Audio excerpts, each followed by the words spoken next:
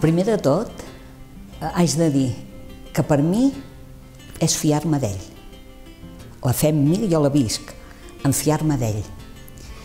I aquest fiar-me d'ell, la visc també, que ell està en la meva vida. Ell fa camí amb mi. I ho visc així, de que no estic mai sola, mai. I viure aquesta presència que noto, que m'habita, que fa camí amb mi, estimant-me sempre, és clar, viure d'aquesta manera jo reconec que és un do. I aquest do em produeix en mi una actitud d'agraïment, perquè no soc jo que aconsegueixo viure-ho així. I visc amb una actitud, podria dir que normal, és en mi natural.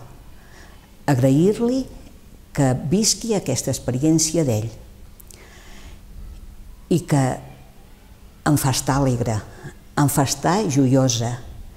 I de tal manera em fa estar alegre i em fa estar joiosa que surt també d'una necessitat, això em porta a una necessitat de dir-ho a tothom.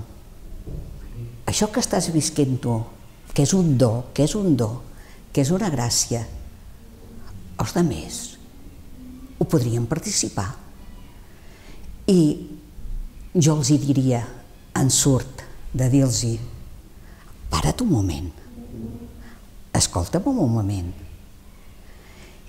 I aquest escoltar i aquest escolta, saps, et vull donar una bona notícia.